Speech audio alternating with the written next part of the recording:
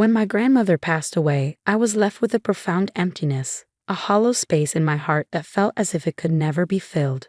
She'd been my one constant, the person who raised me after my parents left, both too caught up in their own lives to take care of a child.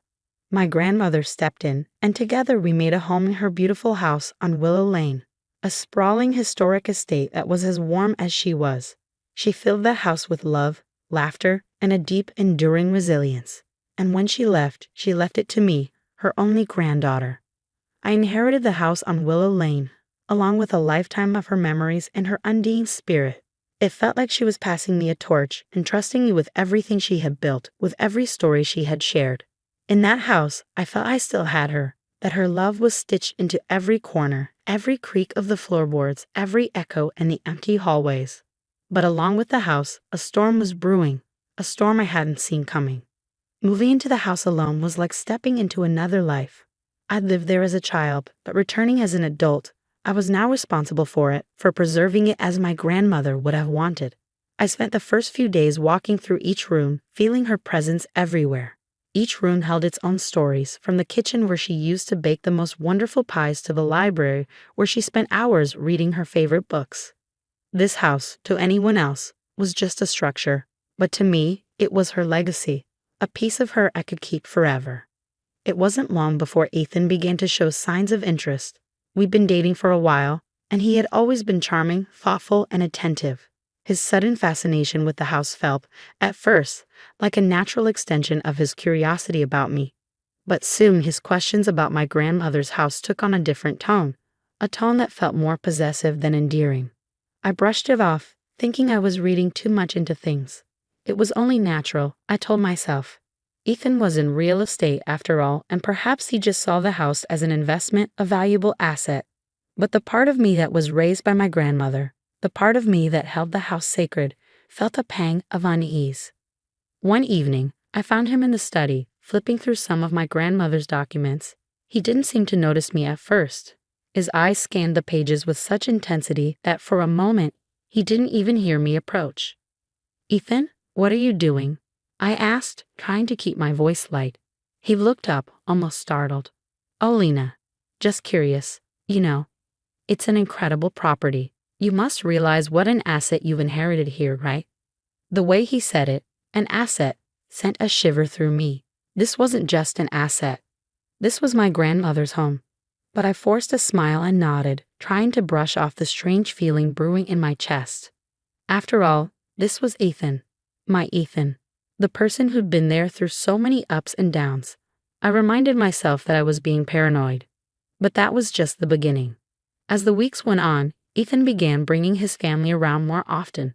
I'd met them a few times, of course, during holidays or birthdays, but they'd never taken much interest in me before. Now, though, they were always there, always admiring the house, always lingering just a little too long. It was Helen, his mother, who made her intentions the clearest. "You've really inherited a gem, Lena," she said one evening as she gazed around the living room with barely concealed greed.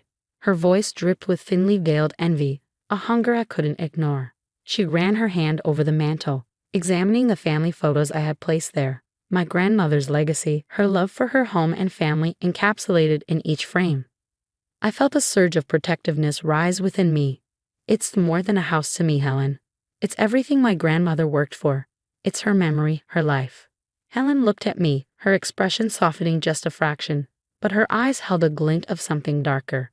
"Of course, dear," she murmured, but I could tell she didn't understand, or worse, she didn't care. From then on, they came around almost every weekend, lingering longer each time. I'd find Helen snooping through the upstairs rooms, just admiring the craftsmanship, she'd say. Abby, Ethan's sister, would sit in the kitchen, eyeing the china that had belonged to my grandmother as if mentally cataloging each piece. It made my skin crawl. The invasion happened so abruptly that I barely had time to react. One afternoon, I returned from running errands to find Helen and Abby in the living room, flipping through a folder of paperwork. The sight of them sitting there, acting as if they owned the place, made me feel nauseous. Ethan stood by the doorway, a look of resignation on his face. He looked down when I met his eyes, and I knew immediately that something was terribly, terribly wrong. "Lena," Helen said in a voice that was all too calm, We've come to an arrangement. It's for the best, really. You're young, and maintaining a house like this, well, it's a big responsibility. We've discussed it with Ethan, and we believe that transferring the house to his name would be in everyone's best interest. I was stunned, words failing me. It felt like the ground had been ripped out from under me.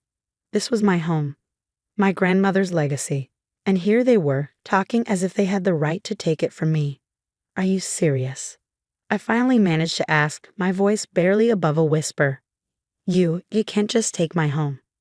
Abby smirked, a look of triumph flashing in her eyes. Oh, but we're family, Lena. We're just here to help. Think of this as consolidation. My hands trembled as I looked at Ethan, hoping he would defend me, that he would put a stop to this madness.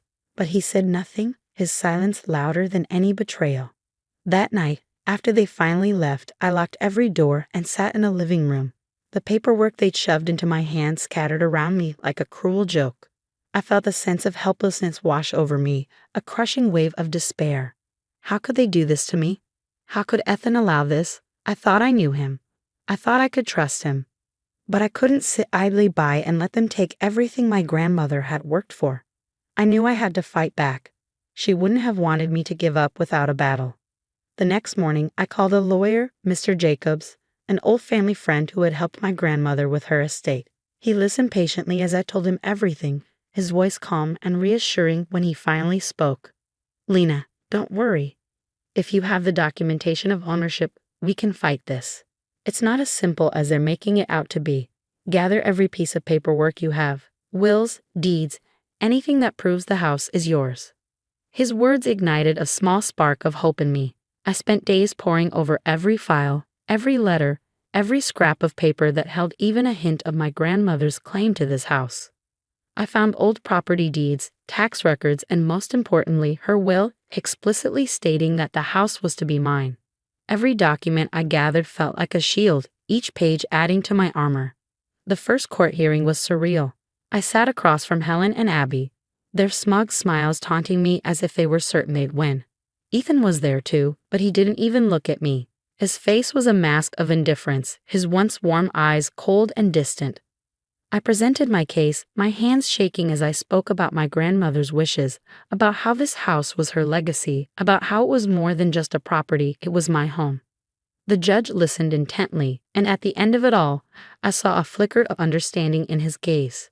He granted me a temporary restraining order, barring them from the property. The relief was overwhelming, but I knew this was only the beginning. After the restraining order was issued, things quieted down for a short while. But Ethan's family wasn't done. They started showing up outside the house, lurking just beyond the property line, sometimes shouting insults or threats, their anger growing with each passing day. One evening, I heard a loud banging on the front door. I opened it cautiously, only to find Helen standing there, her face twisted in rage. You think you've won, Lena? She spat, her voice shaking with fury. You don't deserve that house. It should be ours. You're just a selfish, ungrateful child. Her words stung, but I refused to back down.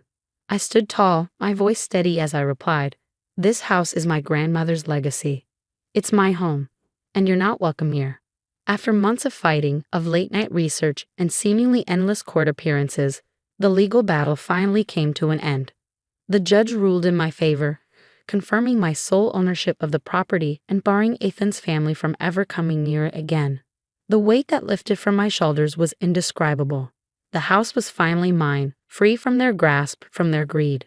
As I walked through each room, I felt a renewed sense of purpose. This wasn't just a house. It was a testament to my strength, to my resilience, to everything my grandmother had taught me. Slowly, I redecorated, breathing new life into the home. I painted the walls, rearranged the furniture, filled it with new memories, new hopes. And as I stood in the living room, looking out over the willow trees that lined the yard, I felt her presence beside me, proud and unwavering. In that moment, I knew I had done her proud. I had protected her legacy, and in doing so, I had found my own strength. This was my home, and it always would be.